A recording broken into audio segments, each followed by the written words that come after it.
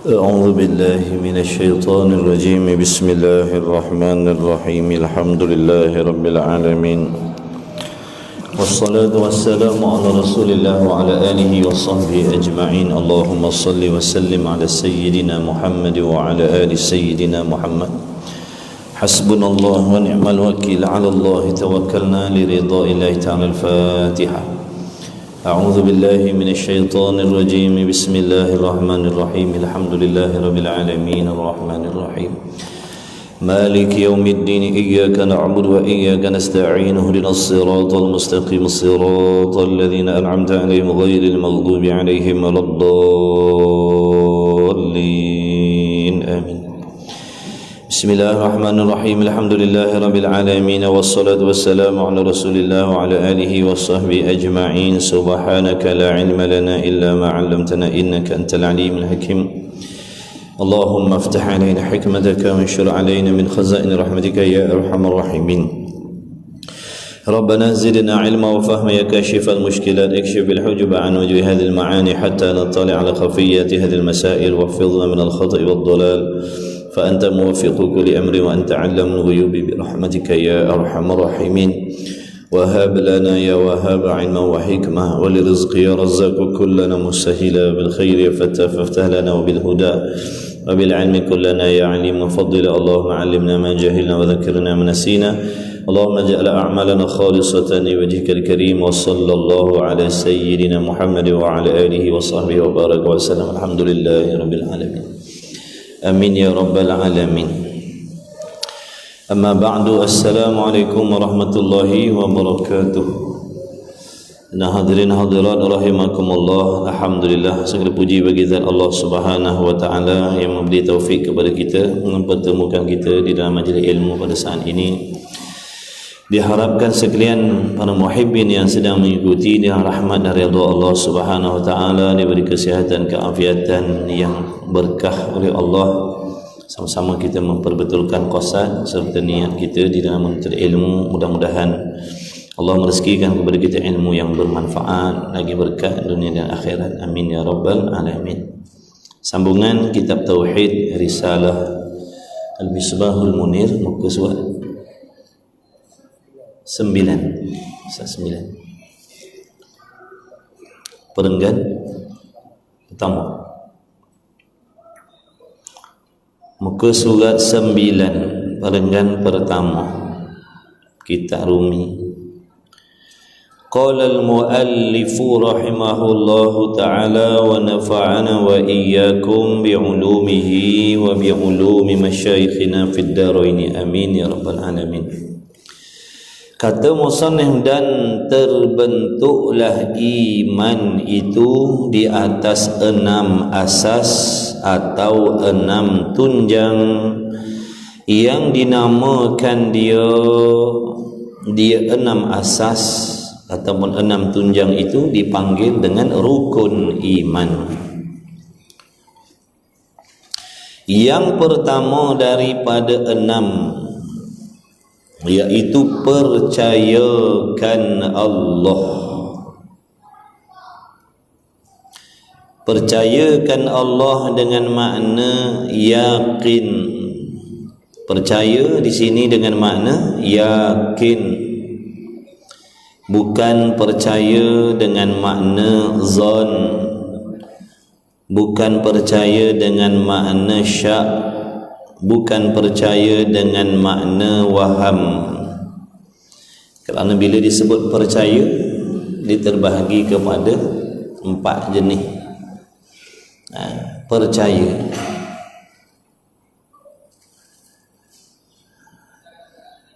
yang dikatakan yakin itu adalah sepenuh hati, 100% di dalam hatinya. Hatinya 100% menerima, hatinya 100% membenarkan, hatinya 100% menyungguhkan tentang adanya Tuhan, adanya Allah. Setuju hati, sepenuh hatinya setuju adanya Allah, sepenuh hatinya yakin adanya Allah. hatinya terima tentang adanya Tuhan. Jadi percaya di sini dengan makna yakin, bukan kepercayaan yang kita letakkan seperti mana yang kita letakkan kepercayaan kepada yang selain Allah. Contohnya kepercayaan kita kepada manusia. Kepercayaan kita kepada manusia, kita percayakan ibu ayah kita, kita percayakan kawan-kawan kita, kita percayakan kepada pemimpin, kita percaya kepada raja. Itu juga kepercayaan. Tapi kepercayaan yang kita letakkan pada manusia tadi dipanggil zon.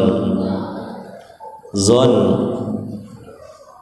Ada sedikit pertikaian, keraguan, kesangsian di dalam hati kita, bukan sepenuh hati. Kita percayakan seseorang, kita percayakan kawan kita, tapi kadang-kadang ada dalam hati kita perasaan meragui, ada sikit ragu. Tapi banyaknya percaya, tapi sikit ada ragu. 97%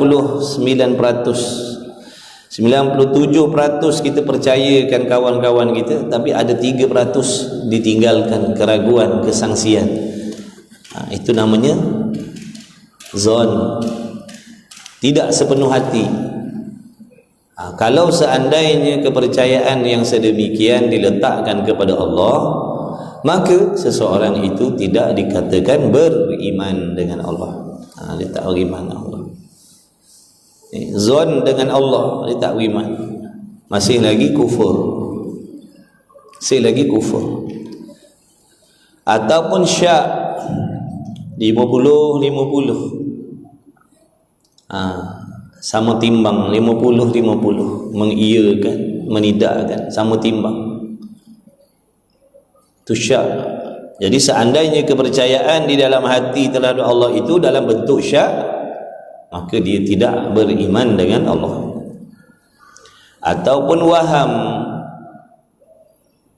sedikit percaya, banyaknya tidak percaya, itu waham, pun tidak dipanggil beriman. Yang dikatakan beriman, kepercayaan kepada Allah dan perkara-perkara yang termaktub dalam rukun iman ini adalah yakin sepenuh hati, sepenuh hati. Jadi percaya di situ, percayakan Allah dengan mana? Yakin, bukan zon, bukan syak, bukan waham.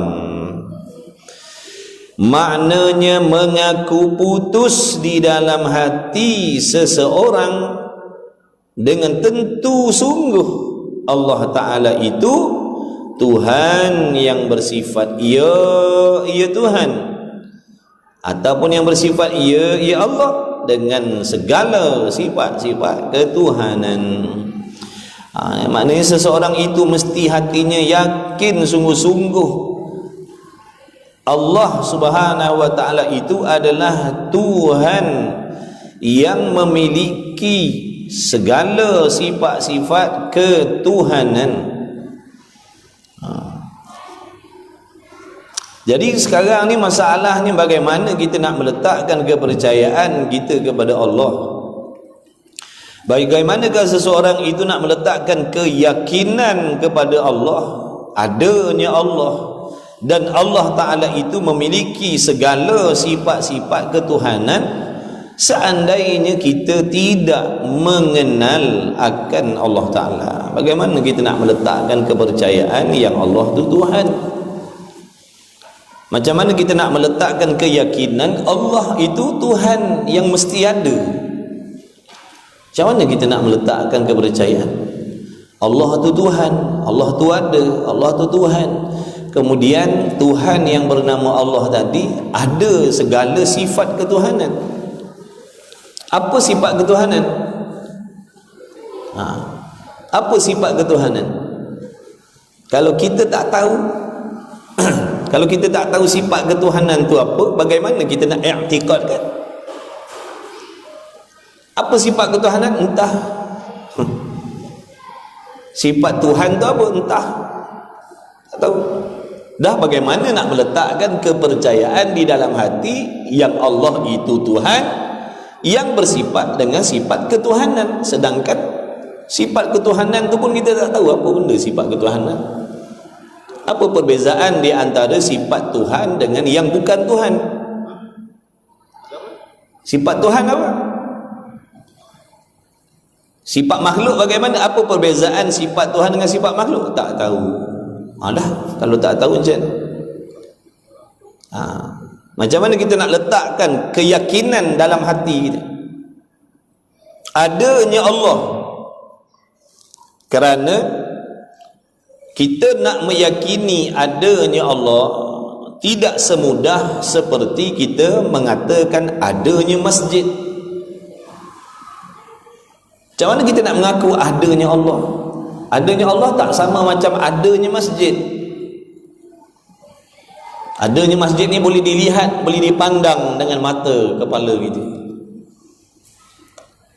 Adanya masjid ni boleh kita tunjukkan, tu masjid. Ataupun kawan-kawan kita yang ada, kawan-kawan kita ada, si Zaid ada hari ni, dengan mudah kita boleh tunjuk, tu Zaid.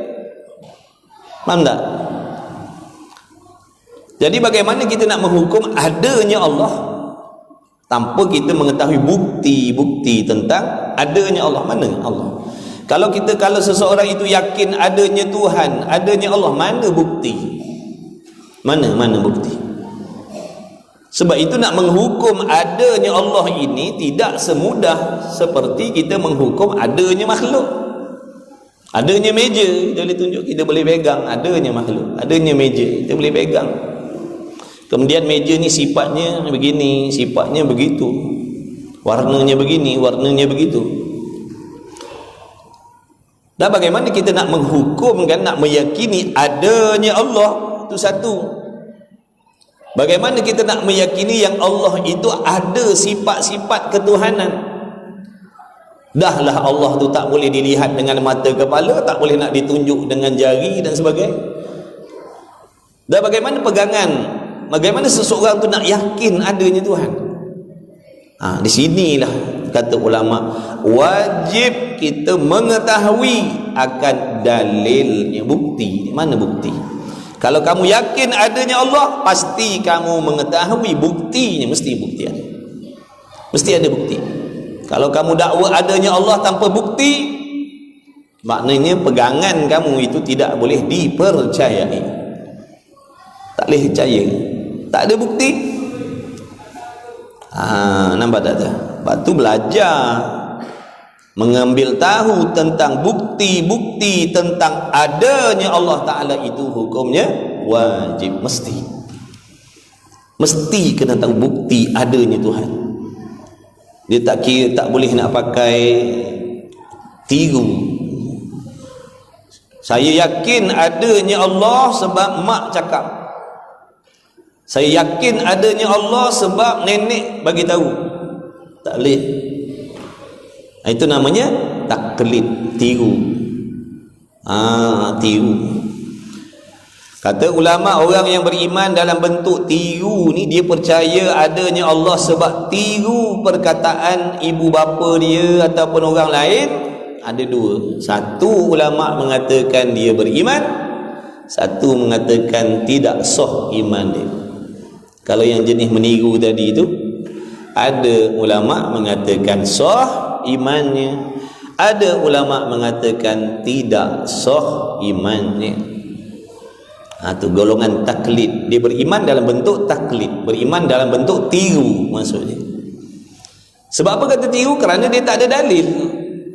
Mana dalil adanya Allah? Kamu yakin adanya Allah, mana dalil? Entah, tak tahu. Dah tu kamu kata ada Tuhan, mak cakap, nenek cakap dulu daripada kecil, dulu dengar orang cakap adanya Allah, adanya Allah.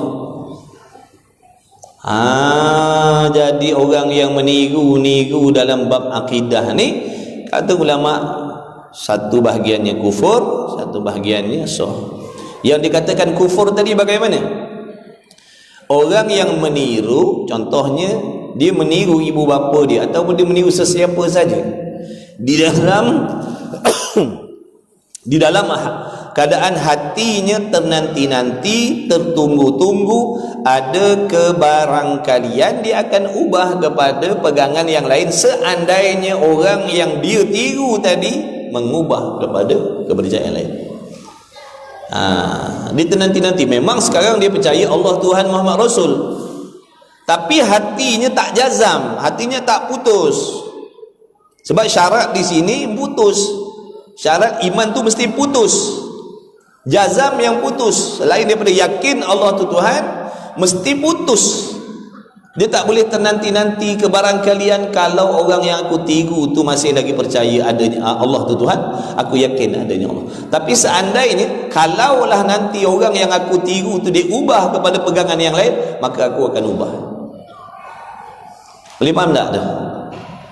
Tu dia ternanti-nanti, dia tunggu-tunggu. Tapi kalau tanya dia sekarang, percaya tak Allah Tuhan? Percaya Allah Tuhan. Percaya tak Muhammad Rasul? Percaya. Tapi dalam hati dia tu tidak jazam, tak putus. Dalam hatinya tertunggu-tunggu, ternanti-nanti, seandainya orang yang dia tiru tadi mengubah kepada kepercayaan lain, maka dia pun akan ubahlah kepada kepercayaan yang lain. Kalau seseorang itu beriman kepada Allah dalam bentuk yang pertama tadi, meniru dalam bentuk yang pertama tadi, tidak sah iman dia tak sah, dia masih lagi kafir, na'udzubillah min zalik. Tapi kalau dia meniru dalam bentuk jazam, meskipun dia meniru orang lain yang mengatakan Allah Tuhan, Muhammad Rasul, Allah Ta'ala itu memiliki sifat-sifat ketuhanan, dia yakin, jazam yang putus, sehingga di dalam hatinya tidak ada perasaan ternanti-nanti, tertunggu-tunggu untuk mengubah kepada jawapan ataupun kepercayaan yang lain.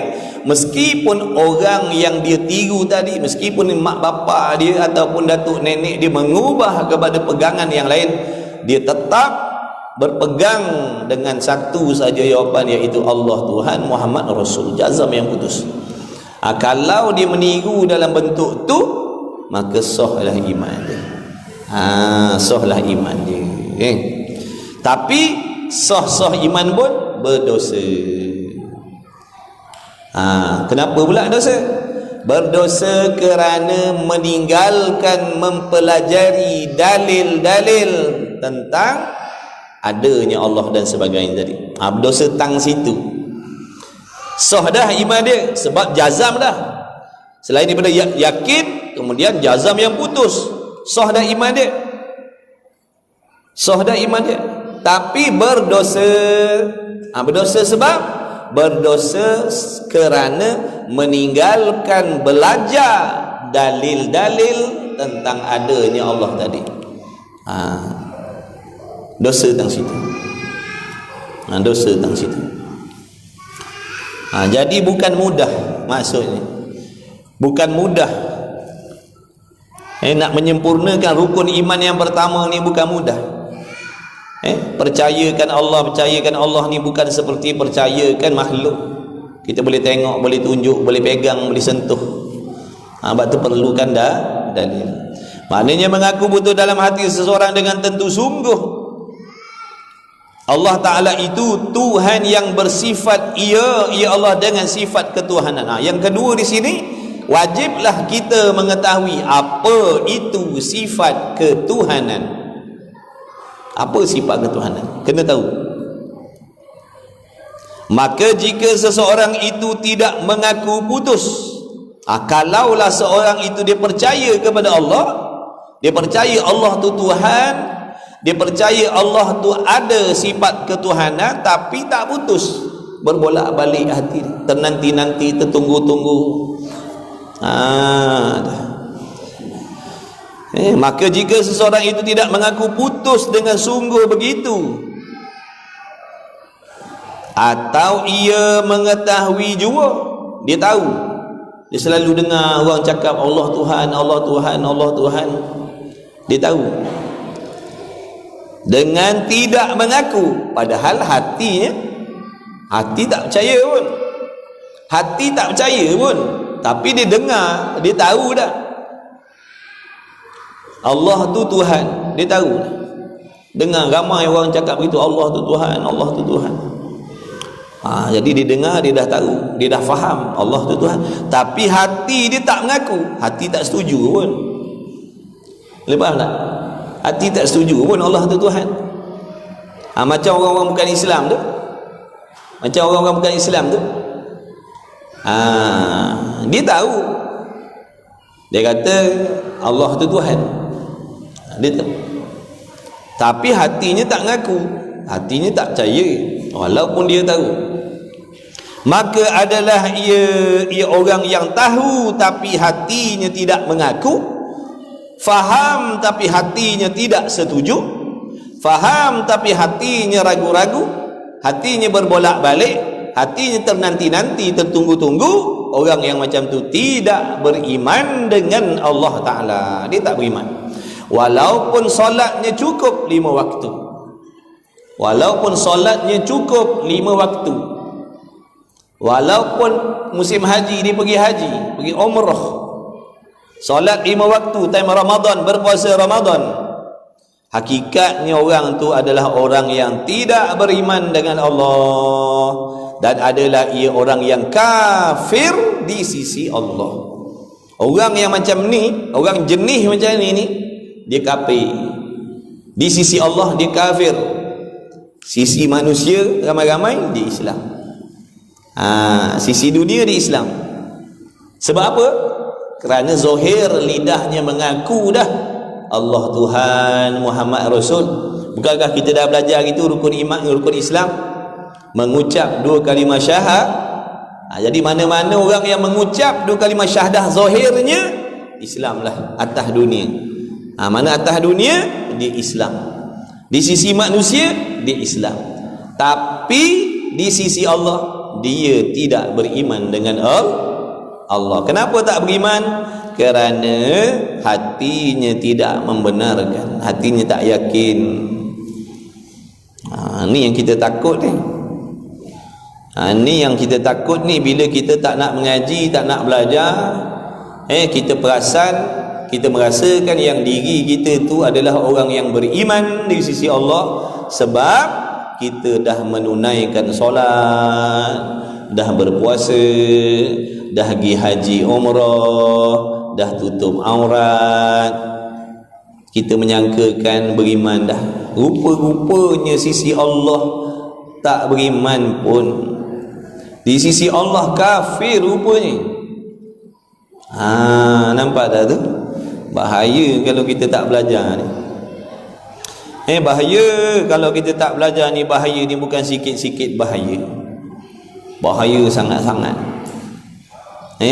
Kerana kita berjalan kepada Allah, beribadat ni dalam keadaan meraba-raba, meraba-raba, jalan dalam gelap, main agak-agak, main rasa-rasa, rasa-rasa aku ni beriman dah ni, rasa-rasa aku ni Islam dah ni, rasa-rasa aku ni beriman dah ni, sebab aku dah semayang, bulan Ramadan aku puasa, tolong orang fakir miskin, keluar zakat, pergi haji dah, rasa-rasa aku ni beriman dah.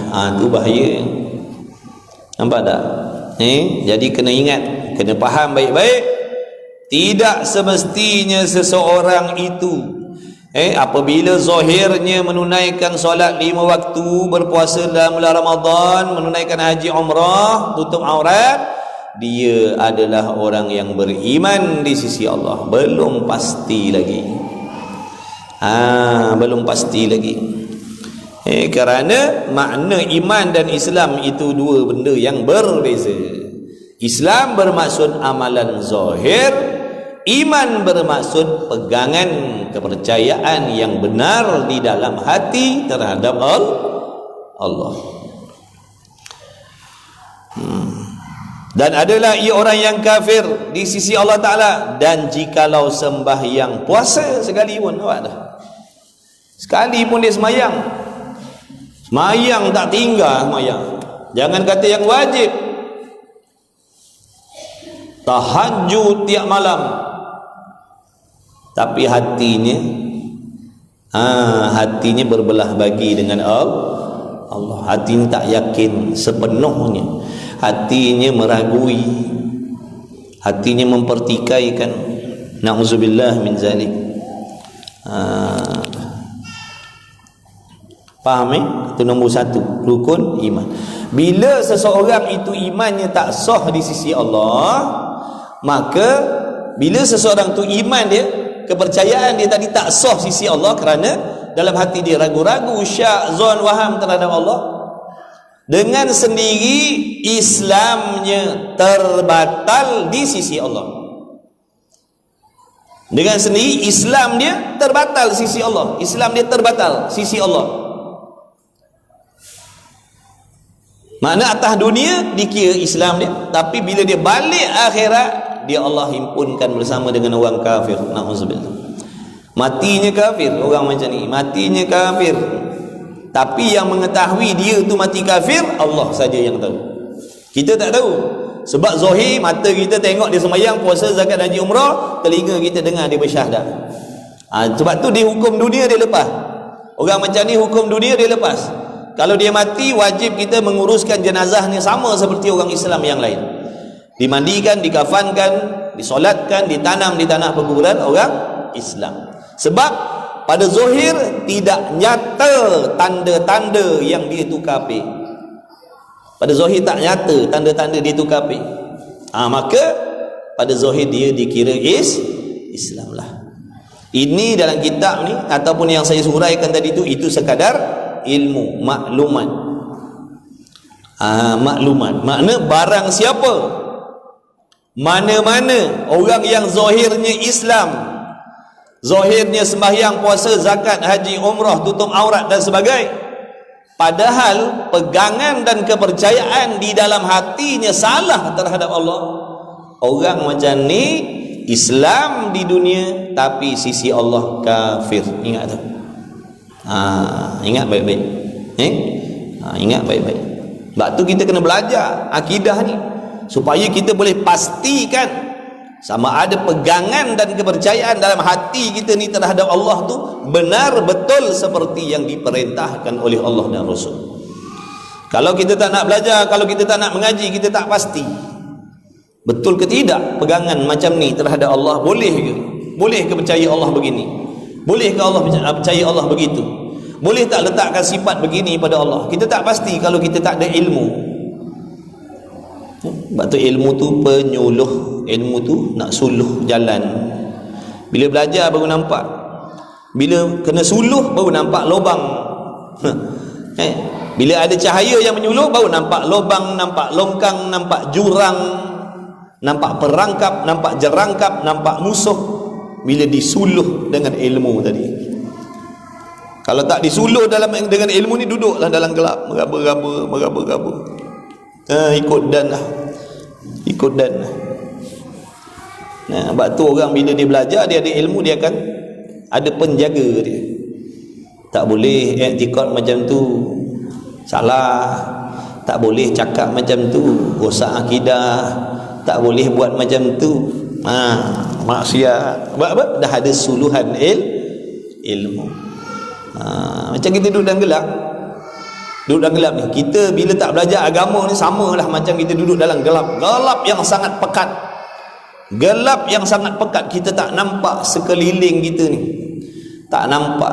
Kita nak pergi sebelah sana. Sebelah sana tu ada tempat nikmat, tempat lazat, tempat selamat yang dinamakan syurga tu kat sana dah. Tapi perjalanan kita nak ke sana tu, nak sampai tempat nikmat, tempat selamat, tempat bahagia tu, perjalanan nak ke sana tu perjalanan yang sangat-sangat berbahaya. Perjalanan yang sangat banyak musuhnya, terlalu banyak perangkapnya, banyak lanunnya, banyak penyamunnya, banyak jurangnya. Jadi macam mana kita nak pergi ke situ dalam keadaan gelap tadi tu? Macam mana nak pergi ke situ dalam keadaan gelap tadi tu? Meraba-raba ikutan. Sebab tu bila belajar ada suluhan ilmu, baru nampak perjalanan tadi. Oh, sini ada perangkap, oh sini ada musuh, oh sini ada jerangkap, oh ini ada lubang, ini ada jurang. Barulah kita boleh melangkah ke tempat yang betul. Sebab dah nampak benda-benda bahaya tadi. Yang keduanya, jadi nak percayakan Allah, wajiblah kenalkan Allah. Kena kenal Allah. Nak percaya makna nak yakin adanya Allah itu sebagai Tuhan, mestilah kenal. Kalau tak kenal, macam mana nak meletakkan keyakinan? Bolehkah kita meletakkan keyakinan kepada sesuatu yang sendiri kita tak kenal? Hanya tahu nama je.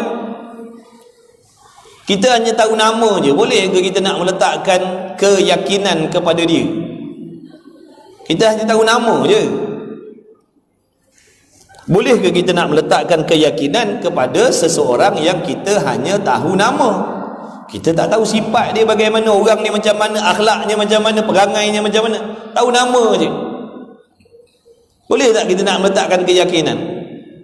Saya ada seorang kawan namanya Harun. Saya ada seorang kawan namanya Harun. Jadi sekarang tuan-tuan dah tahu nama kawan saya itu. Harun nama dia. Dah tahu nama, saya dah bagi tahu. Saya ada kawan namanya Harun. Baik, sekarang saya nak tanya tuan-tuan perempuan ni, setelah tahu nama kawan saya itu Harun, adakah tuan-tuan yakin pada dia? Yakin tak pada Harun kawan saya tu? Macam mana kepercayaan tuan-tuan terhadap kawan saya yang namanya Harun tadi? Yakin tak? Boleh tak nak meletakkan keyakinan pada Harun tadi? Padahal tuan-tuan hanya tahu nama, tak tahu sifat dia macam mana, akhlak dia bagaimana. Nampak tak? Jadi pengenalan itu akan mempengaruhi keyakinan kita, kepercayaan kepada dia. Jadi bila dah jumpa Harun, dah tengok depan mata, dah duduk sekali dengan dia, dah tahu perangai akhlak dia begini dan begitu, barulah kita nak meletakkan kepercayaan. Kalau begini aku yakinlah dengan Harun ni. Mana kalau aku nak pergi musafir mana-mana, bolehlah aku harapkan tinggalkan amanah-amanah kat dia. Sebab apa? Bukan sekadar tahu nama, tapi dah tahu sifat-sifat si Harun tadi bagaimana orang ni. Begitulah bandingannya. Bagaimana kita nak meletakkan keyakinan kepada Allah, sedangkan Allah Ta'ala itu kita tidak mengetahui dan tidak memahami dan tidak meyakini akan sifat-sifat yang ketentuan bagi Allah Ta'ala. Allah tu nama, macam Harun tadi tu, nama. Bagaimana kita nak meletakkan keyakinan kepada Allah tu, sedangkan Allah tu hanya nama? Bagaimana sifat Allah? Faham tak cerita tadi tu? Kita percaya kepada Allah, percaya kepada Allah, percaya kepada Allah, sedangkan sifat Allah pun kita tak tahu.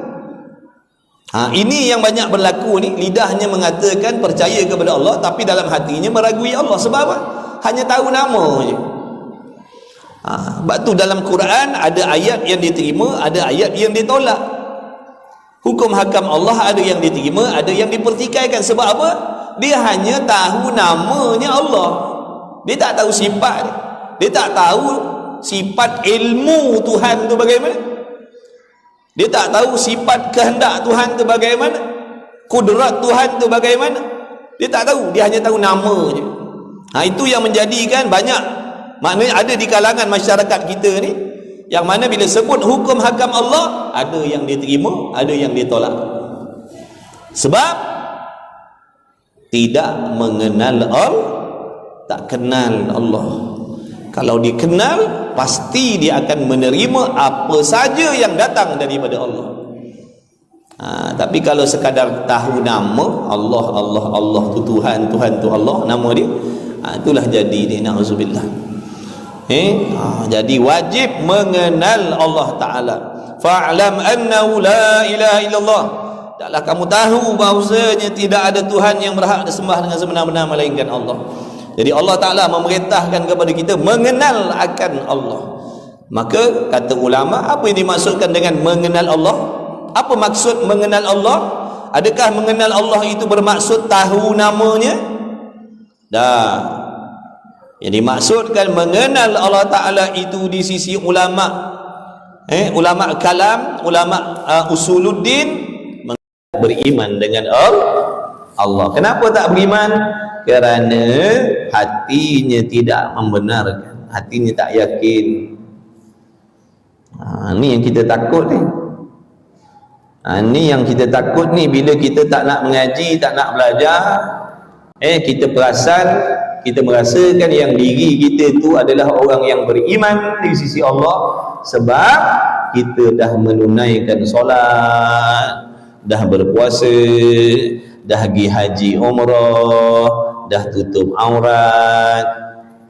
Kita menyangkakan beriman dah. Rupa-rupanya sisi Allah tak beriman pun. Di sisi Allah kafir rupanya. Nampak tak tu? Bahaya kalau kita tak belajar. Bahaya kalau kita tak belajar ni. Bahaya ni bukan sikit-sikit bahaya. Bahaya sangat-sangat. Kerana kita berjalan kepada Allah, beribadat ni dalam keadaan meraba-raba. Meraba-raba. Jalan dalam gelap, main agak-agak, main rasa-rasa. Rasa-rasa aku ni beriman dah ni, rasa-rasa aku ni Islam dah ni, rasa-rasa aku ni beriman dah ni. Sebab aku dah semayang, bulan Ramadan aku puasa, tolong orang fakir miskin, keluar zakat, pergi haji dah. Rasa-rasa aku ni beriman dah. Tu bahaya. Nampak tak? Jadi kena ingat, kena faham baik-baik. Tidak semestinya seseorang itu apabila zahirnya menunaikan solat 5 waktu, berpuasa dalam bulan Ramadan, menunaikan haji umrah, tutup aurat, dia adalah orang yang beriman di sisi Allah. Belum pasti lagi. Belum pasti lagi. Kerana makna iman dan Islam itu dua benda yang berbeza. Islam bermaksud amalan zahir, iman bermaksud pegangan kepercayaan yang benar di dalam hati terhadap Allah. Dan adalah ia orang yang kafir di sisi Allah Ta'ala. Dan jikalau sembahyang puasa sekalipun, sekali pun dia semayang, semayang tak tinggal semayang, jangan kata yang wajib, tahajud tiap malam, tapi hatinya hatinya berbelah bagi dengan Allah. Hatinya tak yakin sepenuhnya, hatinya meragui, hatinya mempertikaikan. Na'udzubillah min zalik. Faham itu nombor 1 rukun iman. Bila seseorang itu imannya tak sah di sisi Allah, maka bila seseorang tu iman dia, kepercayaan dia tadi tak sah sisi Allah, kerana dalam hati dia ragu-ragu, syak, zon, waham terhadap Allah, dengan sendiri Islamnya terbatal di sisi Allah. Dengan sendiri Islam dia terbatal di sisi Allah. Islam dia terbatal sisi Allah. Makna atas dunia dikira Islam dia, tapi bila dia balik akhirat, dia Allah himpunkan bersama dengan orang kafir. Na'udzubillah. Matinya kafir orang macam ni, matinya kafir. Tapi yang mengetahui dia tu mati kafir, Allah saja yang tahu. Kita tak tahu. Sebab zahir mata kita tengok dia sembahyang, puasa, zakat, haji, umrah, telinga kita dengar dia bersyahadat. Sebab tu di hukum dunia dia lepas. Orang macam ni hukum dunia dia lepas. Kalau dia mati, wajib kita menguruskan jenazahnya sama seperti orang Islam yang lain. Dimandikan, dikafankan, disolatkan, ditanam di tanah perkuburan orang Islam. Sebab pada zahir tidak nyata tanda-tanda yang dia tu kafir. Pada zahir tak nyata tanda-tanda dia tu kafir. Maka pada zahir dia dikira Islam lah. Ini dalam kitab ni ataupun yang saya suraikan tadi itu sekadar ilmu, maklumat. Maklumat makna barang siapa, mana-mana orang yang zahirnya Islam, zahirnya sembahyang, puasa, zakat, haji, umrah, tutup aurat dan sebagainya, padahal pegangan dan kepercayaan di dalam hatinya salah terhadap Allah, orang macam ni Islam di dunia, tapi sisi Allah kafir. Ingat tu. Ingat baik-baik. Ingat baik-baik. Sebab tu kita kena belajar akidah ni supaya kita boleh pastikan sama ada pegangan dan kepercayaan dalam hati kita ni terhadap Allah tu benar betul seperti yang diperintahkan oleh Allah dan Rasul. Kalau kita tak nak belajar, kalau kita tak nak mengaji, kita tak pasti betul ke tidak pegangan macam ni terhadap Allah. Boleh ke? Boleh ke percaya Allah begini? Boleh ke Allah percaya Allah begitu? Boleh tak letakkan sifat begini pada Allah? Kita tak pasti kalau kita tak ada ilmu. Sebab tu ilmu tu penyuluh, ilmu tu nak suluh jalan. Bila belajar baru nampak, bila kena suluh baru nampak lubang. Bila ada cahaya yang menyuluh baru nampak lubang, nampak longkang, nampak jurang, nampak perangkap, nampak jerangkap, nampak musuh. Bila disuluh dengan ilmu tadi. Kalau tak disuluh dengan ilmu ni, duduklah dalam gelap, meraba-raba. Ikut dan lah. Sebab tu orang bila dia belajar, dia ada ilmu, dia akan ada penjaga dia. Tak boleh i'tikad macam tu, salah. Tak boleh cakap macam tu, rosak akidah. Tak boleh buat macam tu, maksiat. Buat apa? Dah ada suluhan ilmu. Macam kita duduk dalam gelap. Duduk dalam gelap ni, kita bila tak belajar agama ni sama lah macam kita duduk dalam gelap. Gelap yang sangat pekat. Gelap yang sangat pekat. Kita tak nampak sekeliling kita ni. Tak nampak. Kita nak pergi sebelah sana. Sebelah sana tu ada tempat nikmat, tempat lazat, tempat selamat yang dinamakan syurga tu kat sana dah. Tapi perjalanan kita nak ke sana tu, nak sampai tempat nikmat, tempat selamat, tempat bahagia tu, perjalanan nak ke sana tu perjalanan yang sangat-sangat berbahaya, perjalanan yang sangat banyak musuhnya, terlalu banyak perangkapnya, banyak lanunnya, banyak penyamunnya, banyak jurangnya. Jadi macam mana kita nak pergi ke situ dalam keadaan gelap tadi tu?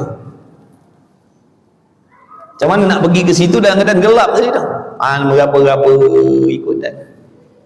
Sebab tu bila belajar ada suluhan ilmu, baru nampak perjalanan tadi. Oh, sini ada perangkap, oh sini ada musuh, oh sini ada jerangkap, oh ini ada lubang, ini ada jurang. Barulah kita boleh melangkah ke tempat yang betul. Sebab dah nampak benda-benda bahaya tadi. Yang keduanya, jadi nak percayakan Allah, wajiblah kenalkan Allah. Kena kenal Allah ni. Nak percaya makna nak yakin adanya Allah itu sebagai Tuhan, mestilah kenal. Kalau tak kenal, macam mana nak meletakkan keyakinan? Bolehkah kita meletakkan keyakinan kepada sesuatu yang sendiri kita tak kenal? Hanya tahu nama je. Kita hanya tahu nama je. Boleh ke kita nak meletakkan keyakinan kepada dia? Kita hanya tahu nama je. Boleh ke kita nak meletakkan keyakinan kepada seseorang yang kita hanya tahu nama? Kita tak tahu sifat dia bagaimana, orang ni macam mana, akhlaknya macam mana, perangainya macam mana. Tahu nama je. Boleh tak kita nak meletakkan keyakinan? Saya ada seorang kawan namanya Harun. Jadi sekarang tuan-tuan dah tahu nama kawan saya tu. Harun nama dia. Dah tahu nama, saya dah bagi tahu. Saya ada kawan namanya Harun. Baik, sekarang saya nak tanya tuan-tuan perempuan ni, setelah tahu nama kawan saya tu Harun, adakah tuan-tuan yakin pada dia? Yakin tak pada Harun kawan saya tu? Macam mana kepercayaan tuan-tuan terhadap kawan saya yang namanya Harun tu? Yakin tak? Boleh tak nak meletakkan keyakinan pada Harun tadi? Padahal tuan-tuan hanya tahu nama, tak tahu sifat dia macam mana, akhlak dia bagaimana. Nampak tak? Jadi pengenalan itu akan mempengaruhi keyakinan kita, kepercayaan kepada dia. Jadi bila dah jumpa Harun, dah tengok depan mata, dah duduk sekali dengan dia, dah tahu perangai akhlak dia begini dan begitu, barulah kita nak meletakkan kepercayaan.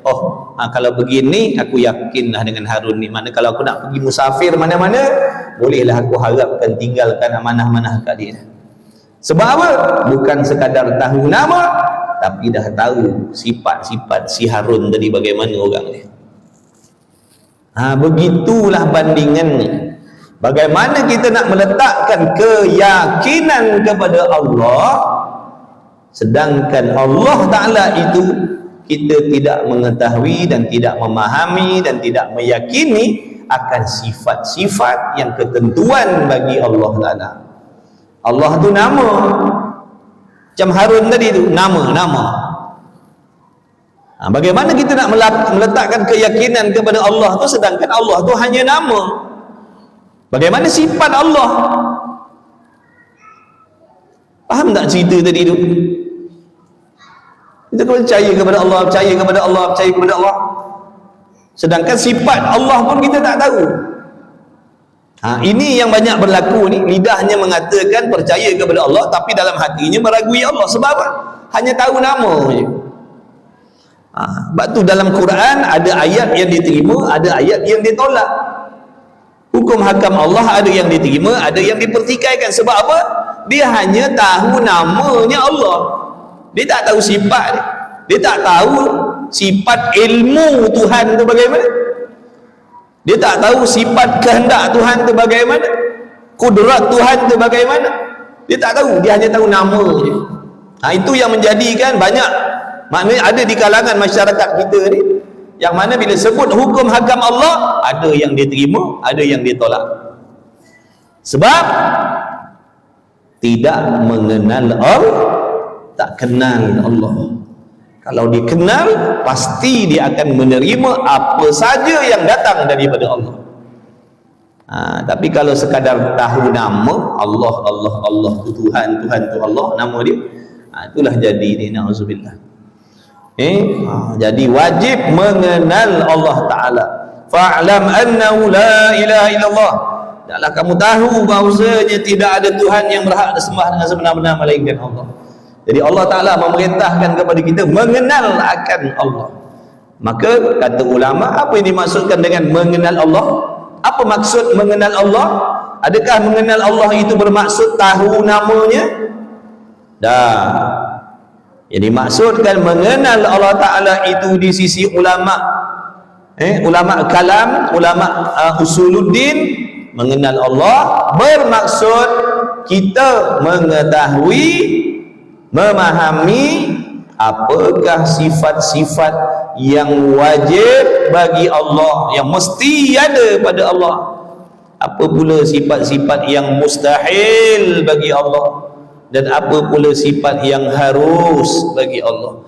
Itu yang dimaksudkan dengan mengenal Allah, bukan mengetahui namanya.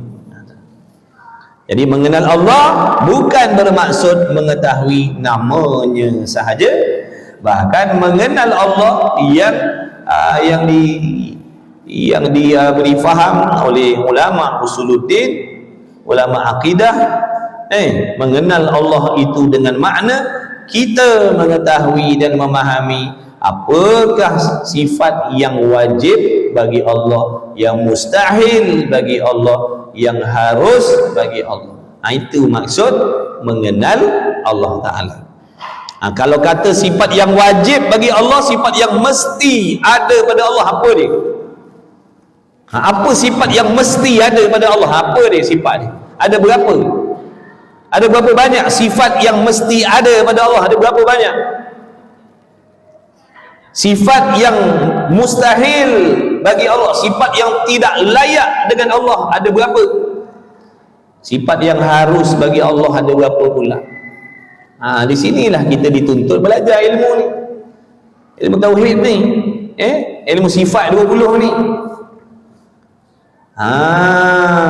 Jadi dalam pelajaran, dalam pengajian ilmu sifat 20 ni, akan dihuraikan. Sifat yang wajib bagi Allah Ta'ala itu ada sekian secara ijmalnya. Adapun secara tafsilnya bagian. Yang mustahil pun begitu, yang harus pun begitu. Jadi dalam kitab Tauhid Usuluddin sifat 20, sifat 13 ni ada semua dah. Cuma tinggal kita je nak belajar, nak mengaji, itu je. Dalam kitab ni semua ada dah. Dalam kitab semua ada dah. Sebab tu wajib di sisi kita akidah ahli sunnah wal jamaah, wajib setiap laki-laki dan perempuan yang beragama Islam wajib belajar ilmu sifat 20 ataupun ilmu sifat 13. Tapi yang masyhurnya sifat 20. Sifat 20 tu masyhur lah, semua orang pernah dengar. Tapi kalau sifat 13 tu orang macam tercengang-cengang sikit, padahal sama je. Sifat 13 mengikut qaul yang rajih, sifat 20 mengikut qaul yang masyhur. Dua-dua tu akidah kita ahli sunnah wal jamaah. Jadi jangan sekali-kali kita menolak atau mengatakan tidak wajib belajar sifat 20 ni. Jangan. Kalau ada orang-orang ustaz-ustaz, ustazah-ustazah, siapa-siapa pun dia kata tak wajib belajar sifat 20 atau tak wajib belajar sifat 13, bukan daripada kalangan ahli sunnah, bukanlah tu. Walau dia hafal Quran sekalipun, walau dia hafal hadis sekalipun, dia bukan di kalangan orang yang berakidah ahli sunnah wal jamaah. Sebab ahli sunnah wal jamaah ni sama ada Asy'ariyah ataupun Maturidiyah. Baik, kemudian katanya musannif lagi, itu yang pertama. Yang kedua, percayakan. Kenapa tadi? Baik, apa faedah? Tak apa, kita urai satu-satu. Apa faedah? Kenapa kita ni diperintahkan supaya meyakini adanya Allah? Kenapa? Supaya menjadikan kita hamba yang senantiasa taat dan patuh kepada Allah. Itu faedahnya disuruh beriman kepada Allah tadi. Beriman adanya Allah dan yakin dengan segala sifat-sifat kesempurnaan Allah Ta'ala tadi, yang mana daripada pengenalannya tadi terhadap Allah. Yang pertama, dia akan percaya. Dia akan jadi orang yang percaya dan yakin dengan Allah. Yang kedua, akan menjadikan dia seorang Muslim ataupun mukmin yang di dalam hatinya ada perasaan takwa, takut kepada Allah tadi. Sebab kenal. Daripada pengenalan tu akan timbul di dalam hati muslimin mukminin tadi takut. Takut. Sebab dah tahu dah sifat Tuhan ni, sifat dia gini. Takut dengan Allah. Tuhan ni sifat ni dia tak peduli sesiapa. Siapa dia nak bagi petunjuk dia bagi, siapa dia nak cabut petunjuk dia cabut, siapa nak bagi iman dia bagi, siapa nak jadikan dia kafir dia bagi kafir. Dia tak peduli. Tu Tuhan. Jadi bila kita dah tahu dan kita faham Tuhan ni sifat dia macam tu, dia tak peduli siapa pun, dia tak ikut kehendak kita, maka sepatutnya timbul rasa takut dalam hati kita. Takut. Memang hari ni kita diberi taufik oleh Allah, boleh semayang, boleh mengaji. Besok tak pasti. Tidak mustahil besok nikmat iman Islam kita ni dicabut oleh Allah. Sebab Allah tidak wajib memberi iman, harus saja. Allah tidak wajib memberi taufik kepada hambanya untuk ibadat, harus saja. Itu maksud belajar tu. Bukan wajib Allah bagi kita iman. Allah tak wajib bagi kita semua ni taufik semayang puasa dah. Allah tak wajib, harus saja. Sebab tu hamba yang kenal Tuhan begitu sifat dia, takut. Takut apa? Contohnya, takut nikmat iman yang Allah dah bagi ni dicabut kembali oleh Allah. Takut nikmat taufik yang Allah bagi ni diambil kembali oleh Allah. Takut. Sebab Tuhan ni dia jenis tak peduli sesiapa. Dia tak peduli siapa. Jadi daripada kepercayaan, keyakinan adanya Allah dan daripada pengenalan terhadap Allah tadi akan timbul dalam hati hamba-hamba yang dah kenal Tuhan tadi, jadi takut dengan Allah, jadi malu dengan Allah, jadi gerun dengan Allah, jadi cinta dengan Allah, jadi sayang dengan Allah. Maka akan menjadikan dia hamba Allah yang taat kepada Allah. Taat zahirnya, taat batinnya. Sebab takut. Takut sampai dalam hati pun tak berani nak membuat benda yang dilarang oleh Allah. Walaupun dalam hati tak berani nak buat benda yang Allah larang, dalam hati tak berani, sebab takut dengan Allah. Kenapa sampai macam tu? Sekali dalam hati bukan ada siapa nampak, dah Allah tahu dalam hati kita bagaimana. Jadi bukan sekadar kita ni nak kena jauhkan diri kita daripada maksiat yang zahir, maksiat yang boleh dilihat dengan mata kepala. Kita juga diperintah oleh Allah supaya menjauhkan maksiat yang bangsa batin, maksiat hati, hasad, dengki, ujub, riak, takabur, sum'ah dan macam-macam, cintakan dunia dan macam-macam lagi. Allah perintahkan jangan ada benda-benda macam tu dalam hati. Kalau ada, akan diazab oleh Allah.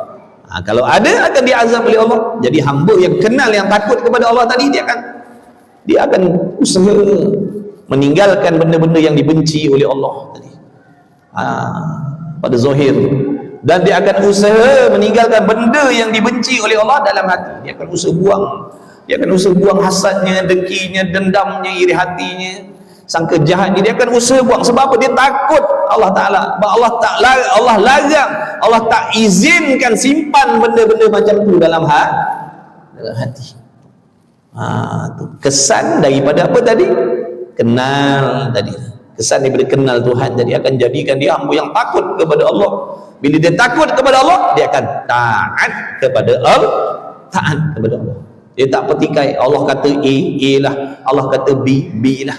Apa yang Allah bagi dia terima, apa yang Allah tak bagi pada dia, dia sabar dan dia sangka baik. Sebab takut nak komplain. Dia takut nak komplain. Ya Allah, kenapa kau tak bagi kaya aku ni macam orang lain? Dia tak berani nak komplain. Dia tak berani. Takut dia dengan Allah. Tapi sebaliknya orang yang tak takut, orang yang tak kenal Allah, tak takut, dia akan komplain. Ya Allah, kenapa orang lain senang aku susah? Kenapa orang lain kaya aku miskin? Dia petikai. Tak sepatutnya kau buat aku begini, tak sepatutnya kau takdirkan begini. Tu tak takut dah tu. Kalau dia takut, dia tak berani nak cakap macam tu. Sebab kenal lah Tuhan ni bagaimana. Nampak tak tu? Itu faedah tu, rukun iman yang pertama tadi. Jadi rukun iman yang pertama ni, rukun iman ni bukan sekadar disuruh hafal dah, bukan suruh hafal, suruh faham kan. Kalau hafal di bibir je, percayakan Allah, percaya je tu je lah. Tak faham. Kenapa nak kena percaya? Faedah daripada percaya kepada Allah tu apa? Faedah dia akan menjadikan dia hamba yang taat kepada Allah. Tu sahabat-sahabat lah. Sebelum Allah perintah sahabat tu sembahyang, berjihad dengan Nabi SAW, yang nombor satu apa? Percaya gitu. Nampak tak? Percaya kepada Allah, yakin Allah tu Tuhan. Lepas dalam hatinya dah ada benda tu, keimanan, keyakinan, kepercayaan kepada Allah itu Tuhan yang maha hebat, yang maha kuasa, barulah mudah. Bila Allah suruh dia solat, dia akan solat. Allah suruh berjihad, dia berjihad. Sebab apa? Kepercayaan di dalam hatinya tadi tu. Kalau dia tak percaya kepada Allah, agak-agak sanggup tak dia nak berjihad? Pergi hantar nyawa. Tengok para syuhada, dia pergi perang nak hantar nyawa. Nampak tak? Kenapa sampai macam tu? Sampai pada dia macam tak ada nilai nyawa dia. Pergi perang, hantar nyawa. Keimanan dia tadi tu yang menjadikan dia begitu. Tapi tengok pula orang kafir macam mana. Dia pergi perang, dia nak apa? Dia nak anugerah. Dia pergi perang, dia nak anugerah. Dia pergi perang, dia nak imbuhan, sebab tu dia takut mati di medan peperangan. Sebab dia pergi perang, dia nak balik. Sebab bila pergi perang balik dapat imbuhan. Kalau perang mati tak dapat imbuhan. Beza dengan orang mukmin. Beza dengan orang mukmin. Mereka yakin dengan janji-janji Allah. Orang yang mati fi sabilillah, begini habuannya, begini balasannya. Sebab tu dia jadi gitu. Itu semuanya dipengaruhi oleh apa? Keimanan, kepercayaan. Jadi kepercayaan tu dulu kena ada dalam hati kita, barulah mudah hamba nak terima apa sahaja arahan daripada Allah. Itu sebab dia bila iman yang sebenar ada dalam hati, barulah mudah dia nak terima apa sahaja arahan Allah. Dia tak akan bertikai. Allah suruh keluar zakat, keluar. Allah suruh tutup aurat, dia tutup. Dia tak peduli. Sebab kepercayaan dia. Allah suruh taat pada suami, dia taat pada suami. Allah suruh cari nafkah untuk anak bini, dia cari, sebab dia takut dengan Tuhan. Yang keduanya, percayakan akan malaikat. Makna yakin juga. Percaya akan malaikat ni dengan makna yakin adanya malaikat, sungguh-sungguh ada malaikat.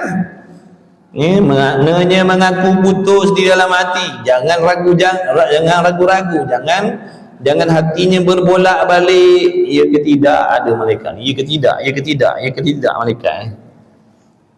Tak nak jumpa malaikat ni. Ya ke tidak? Ya ke tidak? Tu tak jadi. Mana percaya di sini dengan mana? Yakin. Yakin sama macam percayakan Allah tadi, tidak ada pertikaian, tidak ada kesangsian, putus. Yakin sungguh adanya malaikat. Sebab apa kena yakin sungguh tentang malaikat ni? Sebab tentang malaikat, cerita tentang malaikat ni adalah daripada Allah. Cerita malaikat ni daripada Allah. Allah sebut dalam Quran tentang malaikat tu. Sebab tu kena percaya malaikat. Kalau orang tak percaya malaikat, maknanya dia meragui Allah. Dia meragui Allah lah. Inna Allaha wa malaikatahu yusalluna 'alan nabi. Sesungguhnya Allah Ta'ala dan segala para malaikatnya. Tu firman Allah. Tiba-tiba dia tak percaya. Ya ke ada malaikat? Ya ke ada malaikat? Ya ke ada malaikat? Sungguh ada malaikat. Padahal Allah sebut dah dalam Quran tu, innallaha wa malaikatahu, sesungguhnya Allah Ta'ala dan para malaikatnya. Maknanya cerita tentang malaikat ni siapa yang bagi tahu? Allah. Jadi kalau dia tak percaya malaikat, maknanya dia tak percaya apa yang disampaikan oleh Allah. Kafir lah dia. Sebab tu orang yang tak percaya malaikat, dia kafir. Siapa yang tak percaya adanya malaikat, dia kufur. Kerana menolak firman Allah Ta'ala. Kerana dia meragui Allah.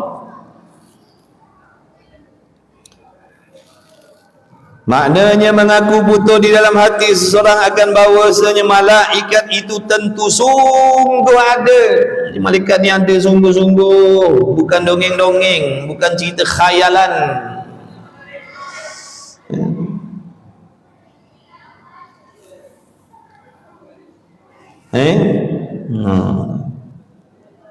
Jadi mengaku putus dalam hati akan seorang bahawasanya malaikat tentu sungguh ada. Tentu sungguh ada. Walaupun tak dapat dilihat, tak dapat diperhatikan dengan mata kepala kita, walaupun tak dapat kita perhatikan dengan mata kepala kita tentang malaikat ni tadi, tapi wajib kita percaya, yakin sungguh-sungguh dalam hati adanya para malaikat, adanya para malaikat.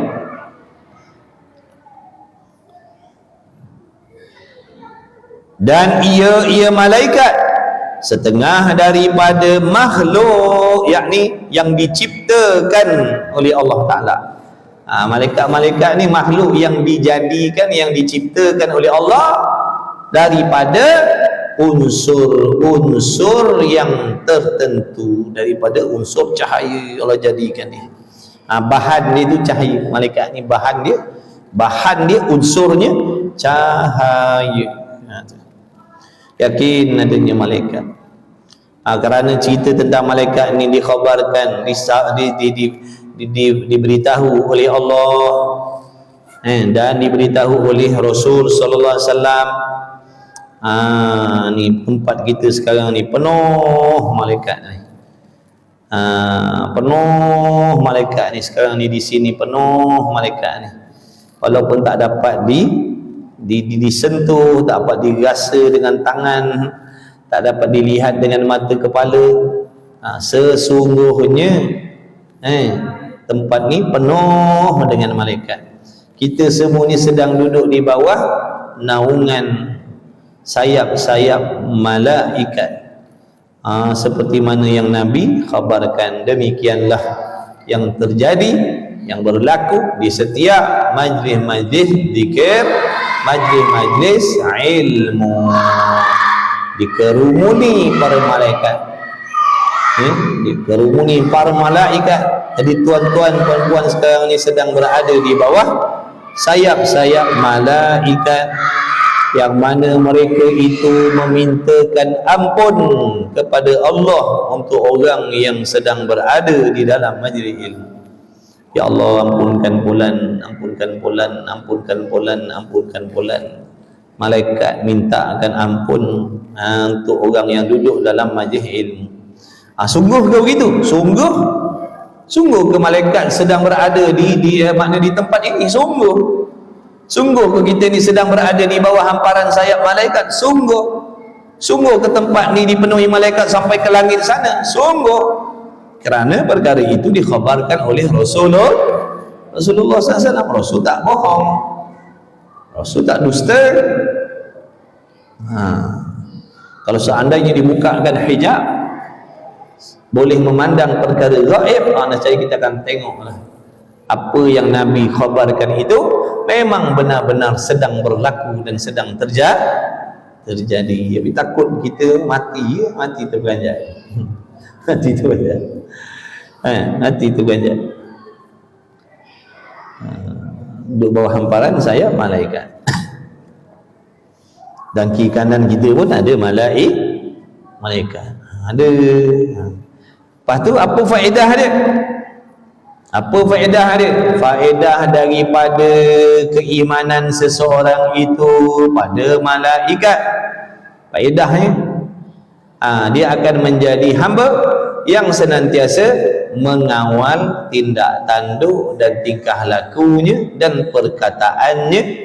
Kerana apa? Dia yakin ada para malaikat yang Allah Ta'ala tugaskan mengiringi dia di mana saja dia pergi, mencatatkan segala kelakuan yang baik dan yang buruk, mencatatkan setiap perkataan yang keluar daripada lidah dia. Dia yakin adanya malaikat itu yang diutuskan oleh Allah untuk menjaga segala perkataan yang keluar daripada lidah. Jadi faedah daripada keyakinan dia terhadap malaikat tadi yang ditugaskan oleh Allah, contohnya Raqib Atid, dia akan jaga perkataan dia. Dia akan jaga perkataan dia. Dia takut nak mengeluarkan perkataan-perkataan yang diharamkan oleh Allah, sebab nanti perkataan itu akan dicatat oleh malaikat. Dia jaga perkataan dia. Itu faedah daripada beriman dengan malaikat. Faedah daripada berimannya, yakinnya ada malaikat yang contohnya yang diutuskan oleh Allah yang bertugas untuk mencatat amalan kita. Raqib Atid.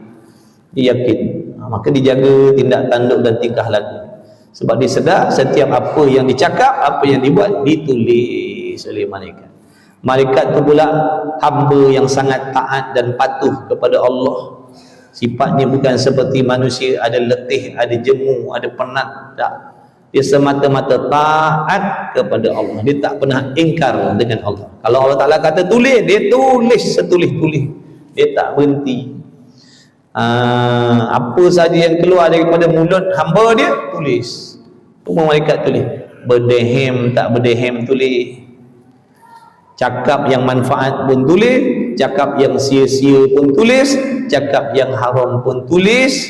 Apa saja sebut dalam kitab sana. Kalau contohnya orang demam, kalau dia demam, dia sakit, dia demam, kalau kuat demam sampai dia menggeletar tu, pun ditulis oleh malaikat. Pun malaikat tulis kan. Punya taatnya malaikat. Tak kisah apa je yang keluar daripada mulut, tulis. Lepas tu wajib kita beriman, yakin adanya malaikat. Kerana faedah daripada orang percayakan ada malaikat ni, dia akan usaha jaga tindak tanduk tingkah laku dia, sama ada di khalayak ramai ataupun dia duduk seorang diri, dan dia akan jaga perkataannya. Sebab dia tahu malaikat tulis perkataan. Dan nanti di hari kiamat akan dibentangkan semua yang ditulis itu, semua dibentangkan balik. Kemudian yang ketiganya, percaya akan segala kitab. Percaya dengan mana yakin akan segala kitab yang diturunkan oleh Allah. Dengan maknanya mengaku putus seseorang di dalam hatinya dengan tentu sungguh ada segala kitab yang datang daripada Allah Ta'ala, seperti contohnya kitab Al-Quran dan kitab Taurat dan lain-lainnya, Zabur, Injil. Kemudian ada suhuf-suhuf, ada suhuf-suhuf, lembaran-lembaran yang bukan bentuk kitab lah. Kitab ni dia tebal lah, dia banyak, dia tebal. Ada yang bentuk lembaran-lembaran saja, risalah-risalah saja, yang diturunkan oleh Allah, diamanahkan oleh Allah kepada rasul-rasul yang tertentu. Dia yakin adanya kitab-kitab, khususnya Al-Quran. Dia yakin kepada Taurat, Zabur, Injil yang asli maksudnya. Yakin dengan kitab-kitab yang Allah turunkan, Taurat, Zabur, Injil yang asli, bukan yang sekarang. Maksud percaya pada kitab tadi yang asal, bukan yang sekarang. Sekarang ni dah diubah suai, dah diubah suai, dah diubah suai, dah bukan asal dah. Maksud beriman dengan kitab-kitab ni yang asli maksudnya. Yang sekarang tak boleh percaya. Sekarang tak boleh percaya sebab dah banyak benda rosak dalam tu. Yang sepakat dengan nafsu ditinggalkan, hukum hakam daripada Allah yang tidak muafakat dengan nafsu dibuang, digantikan dengan yang lain. Cuma Quran saja Allah Ta'ala pelihara sampai kiamat, takkan ada orang boleh ubah isi kandung. Kitab yang lain habis dah, ubah-ubah. Kitab Al-Quran dah. Okey, itu satu. Percayakan kitab-kitab tu Allah turunkan kepada rasul-rasul tertentu, Quran, Taurat, Zabur, Injil. Itu satu. Tak habis lagi tu. Bukan sekadar tu. Bukan sekadar itu nak menjadikan orang tu yang beriman, orang yang beriman dengan kitab-kitab. Bukan sekadar tahu Allah Ta'ala ada menurunkan kitab-kitab yang tertentu kepada rasul-rasul tertentu, Taurat, Zabur, Injil, Quran. Bukan sekadar itu. Satu lagi. Dan sungguh ini banyak yang gagal ni. Tang sini yang banyak orang tersangkut. Sungguh segala perkara-perkara yang disebut di dalamnya. Sini yang banyak tersangkut. Apa maksudnya? Sungguh segala perkara. Makna hatinya orang yang dah tahu Al-Quran tadi daripada Allah, dia dah tahu.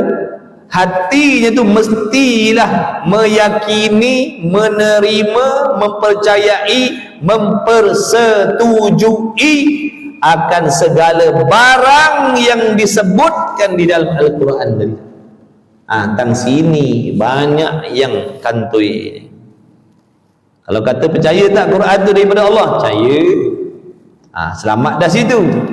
Tapi bila disoal lagi, adakah hati kamu bersetuju dengan segala hukum hakam yang ada di dalam Al-Quran? Sini ramai yang kantoi. Tu duk tolak hudud tu. Iyalah tu. Faham tak? Dia tahu hukum hudud ada dalam Quran, tapi hati tak setuju. Gagal lah dia.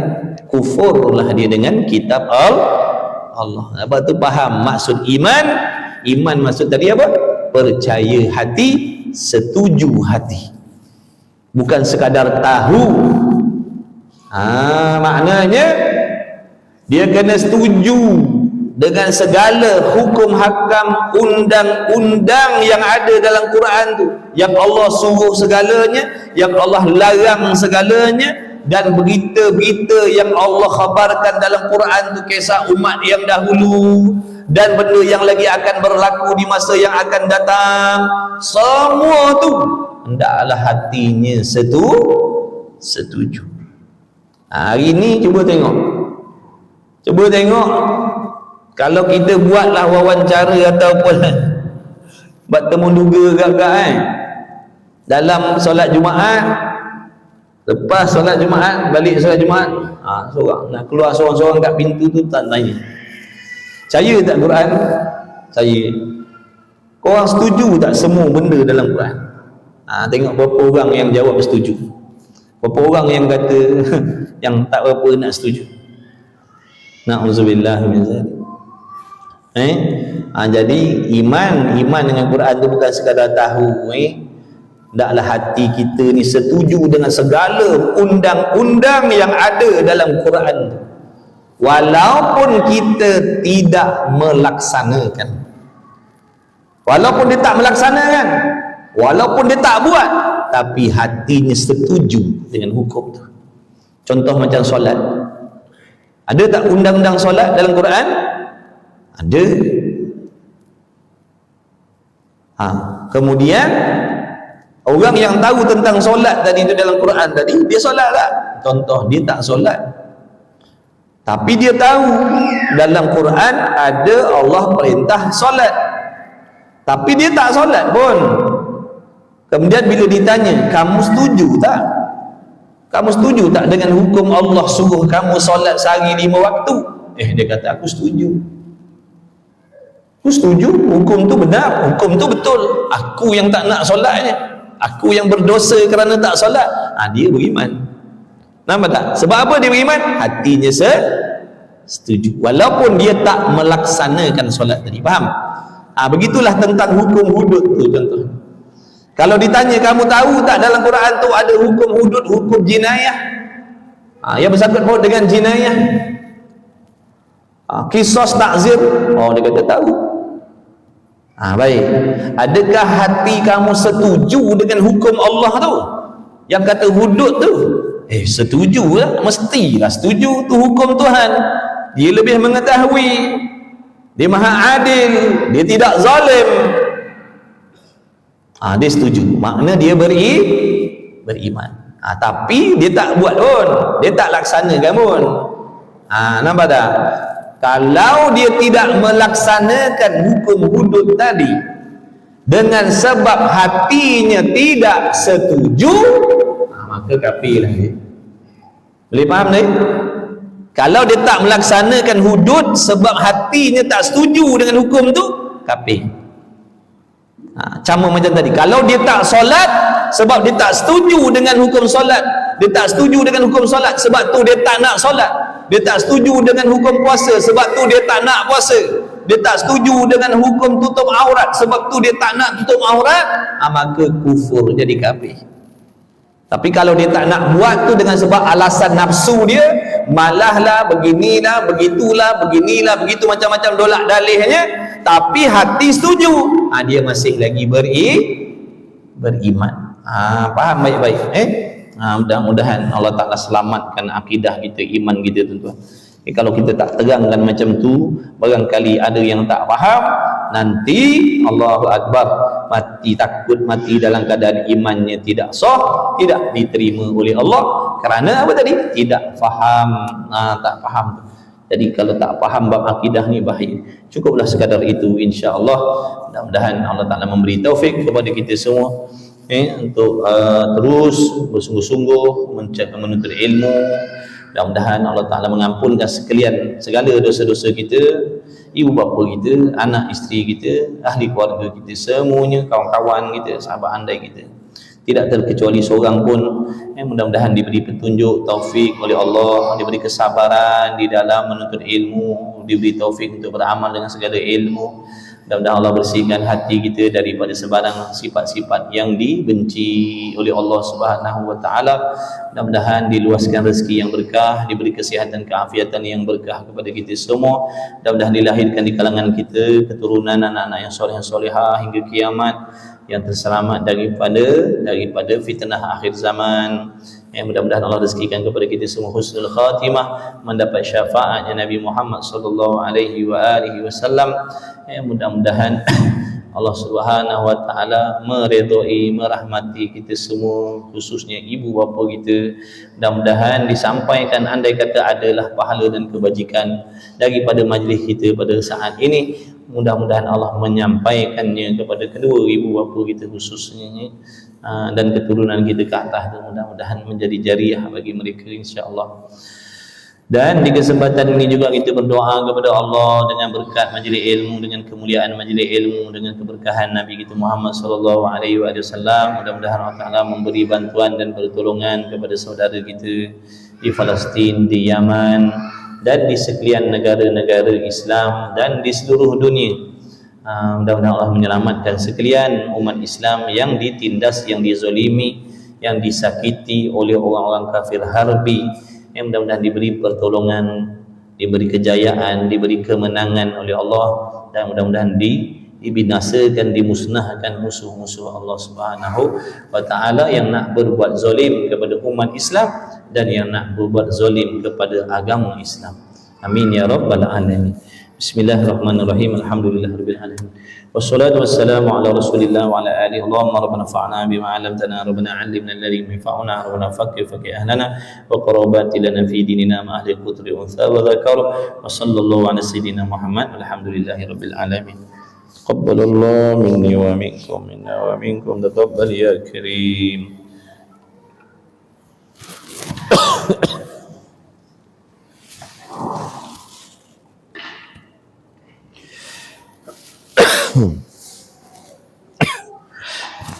Terima kasih Pakcik. Jumpa lagi doa saya.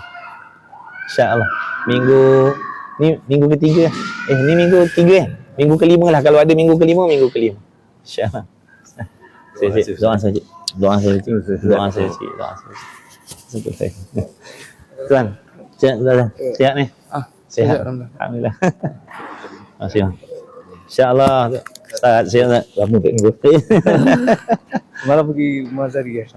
Dia orang dah angkat kemah semua, baru sampai balik Shah Alam, balik lambat. Ustaz pergi sana? Ustaz pergi pagi? Oh, insyaAllah masih Cik. Apa tu, yang tu, masjid tu apa cerita? Dah ni dah? Masjid jaga. Dapat dah? Alhamdulillah, syukur. Mabruk. Masih. Selasa malam Rabu saya dekat ni. Selasa malam Rabu saya paya Keladi. Lepas maghrib paya Keladi ataupun paya Lebar, lepas tu kat Kuala. Dia sekarang setiap ustaz tu dekat ni. Dia ada ustaz yang dia minta 2 minggu sekali. Itulah masalah dia tu Ustaz. Allah. Malam ni Hari ni hari apa? Ahad malam Isnin. Hari ni saya ada 2 kelas dekat Bukit Baru dengan Padang Temu. malam. Kalau Sabtu malam Ahad kan ada Saya ada kelas kuliah family. Dekat Bukit Baru, dekat Seluk Duku. minta kalau ada ustaz mungkin tu saya Jadual dia. Tapi memang penuh lah. Penuh lah. ada free tu minggu 3. Mana? Minggu 3 akan memang. Minggu ketiga? Free macam mana tadi? Semalam. Oh, situ saya kat Shah Alam. Malam full lah. Malam. Yang siang duha full lah. Duha pun full. Sabtu saya kat sana. Sabtu kat sana balik kuliah duha baru saya balik Melaka. Lepas tu malam dekat Melaka pula.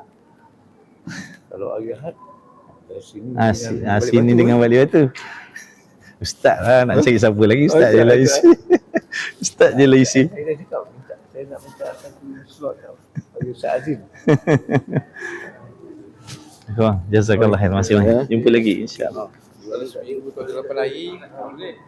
Bulan ni tak ada bulan ni tak ada. InsyaAllah. Oh tu lah tu Ustaz tu. Tadi pun dekat habis kuliah subuh tadi orang tanya, Ustaz ada masa ni tak? Kuliah subuh tadi.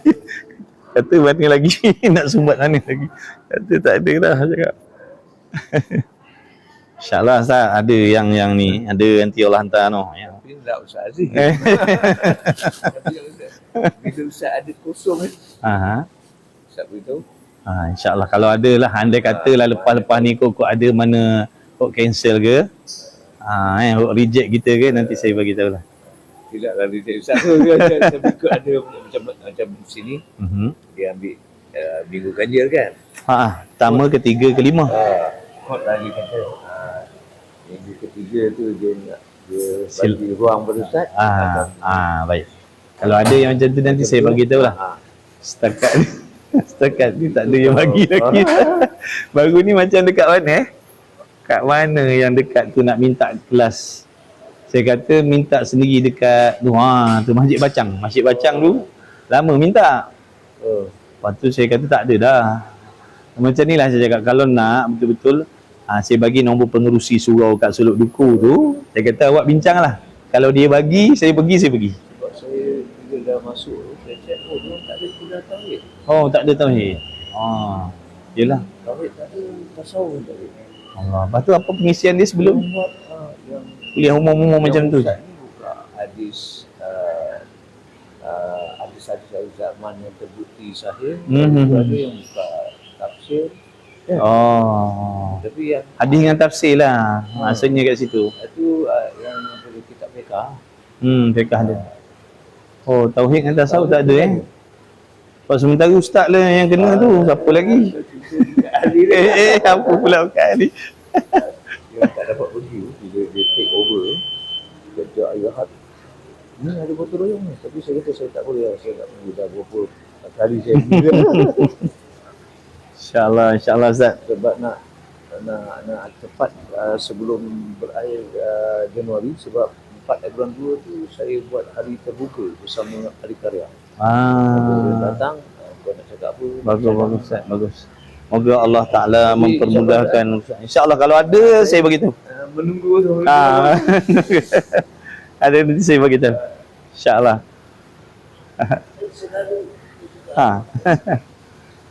Alhamdulillah. Hari tu ada berapa Maman kan? Masa kosong itu masa tu ada 3-0 itu. Saya dengar yang Ustaz cerita tu.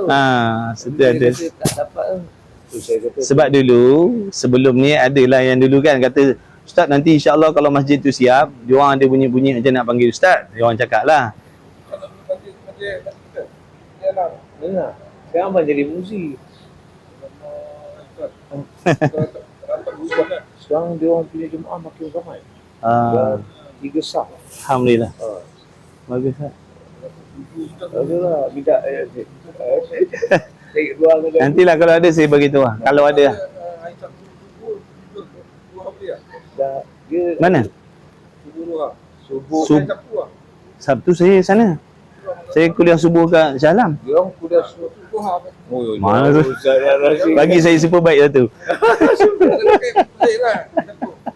Dia kuliah subuh, Ustaz Azam satu, Ustaz Ahmad satu. Dia ambil satu doa. Tak ada Maman. Tak ada. Kami nanti dah Ustaz. Kita Ustaz. Bagi tahu bang. Saya tapi mana bawa Ustaz? Tak ada kuliah tauhid. Ada kuliah tasawuf. Betul lah. Tak boleh tu kan? Tak lepas pun ni. Tak lepas betul. Saya belum syarat dengan pegawai syarat. Saya kata kita buat kuliah bagus tapi tak lepas. Kalau doain karya tak boleh. 2012 270 9 301. Dia yang saya perhati Ustaz, kita pun tak pandai. Kuliah tauhid ni kena tegas. Betul. Hal tu jangan duk selit dengan benda yang kadang orang lawak apa semua. Dia hilang. Ya. Kan? betul serius. Dia tauhid tak boleh dia. Samsung. Kalau lah ni tuan cuba bodek ni Ni cuba bodek ni. ambil Minggu kelima. minggu kelima Tapi kadang-kadang ada minggu kelima. Minggu kelima tak adalah tiap bulan. Kalau dia bagi minggu pertama atau ketiga tu cantik lah. Cubalah bincang. Tapi dia orang belum ada lantikan baru kan ni.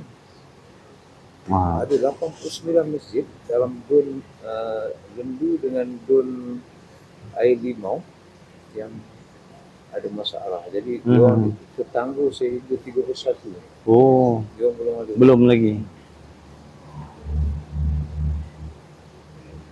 InsyaAllah. Nanti Allah hantarlah tu yang sepatutnya. Saya tak spare Ustaz. Tak spare. Tapi saya bila boleh pancit ni. saya ambil satu bulan sekali je buat penisian lah. Macam dekat taman lah. Tapi saya kata letak situ kuliah motivasi dan psikologi. Baguslah Ustaz. Tapi kita ni taman dah start pakai buku yang 65 gambaran kehidupan sahabat. Alhamdulillah. Mudah-mudahan Allah permudahkan usaha dakwah Ustaz, insya-Allah. Ustaz jangan lupa doakan saya Ustaz. Tapi ni Apa-apa yang saya minta. Insya-Allah jumpa lagi Ustaz. Lepas ni mana? Lepas ni. Hari ni nak pergi tengok balik masjid. Dia orang buat kereta tadi. Baik Ustaz. Assalamualaikum. Abang Man. Ada pisang ke Man? Pisang ke Man? Tak apa Ustaz. Serang satu tu tu yang berkat tu. Okey bang mana? Jumpa lagi Boleh salam. Tak orang rumah balik Ustaz. Miss call Ustaz. Salam Ustaz. Abang Man lepas ni mana? Right ni dalam lawang ni. Mana lah? MMC lah, MMC. Hari ni dia orang ada main motor. Main kita punya. Saya tak ada motor macam mana? Saya nak pergi. Boleh, ini kereta boleh. Tak nak buat sakit hati je. Okey bang Man ni? Assalamualaikum. Macam mana dia orang ni? Saya tak nampak dah. Mana dia? Subhanallah. Sini lah. Sini Ni Ni. Dah pakai driver Abang Man bayar mahal. Abang Man jadi driver mahal, saya tak mampu. Ni panggil driver lain murah sikit Ni yang ikhlas punya. Ada kasih? Tu Cik Man. Tu Cik Man. Abang Cik Man, kasih nak balik. Lagi.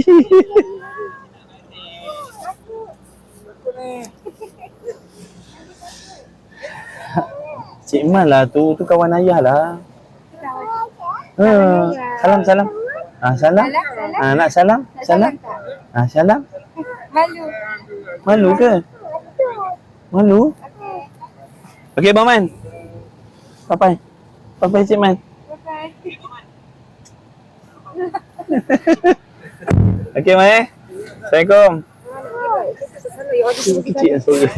Ayah. Iyo Allah, minta maaf lah. Tak sengaja. Cakap sorry ayah. Sorry salam ayah. Salam. Salam ayah, salam. Tak nak sudah. Mengajuk. Ikutlah mengajuk. Tak apalah. Mengajuk. Rena nak pergi beli air kotak tak? Nak? Daripada beli air tin dekat mesin. Oh, dah beli air. Dia beli kat air kedegang. Janganlah sakit. Allah. Okay, kalian lepas ni apa kalian punya program? Tapi Kak Erin kata baru diorang nak lunch tu. Lepas tu Okay, 1 jam lagi. ni mak pesan beli bawang. Boleh kedai kan ni? Tapi saya nak pergi Speedmart. Okay, pergi Speedmart. Nak pergi beli Anis Cafe. Boleh.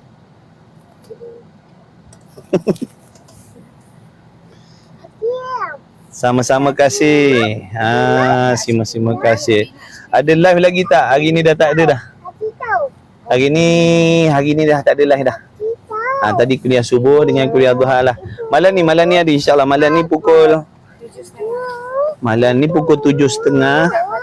ataupun 7.45 malam. Kak Farida. Dengan pukul 10.30. Dekat SK. Malam ni ada 2 kelas lah.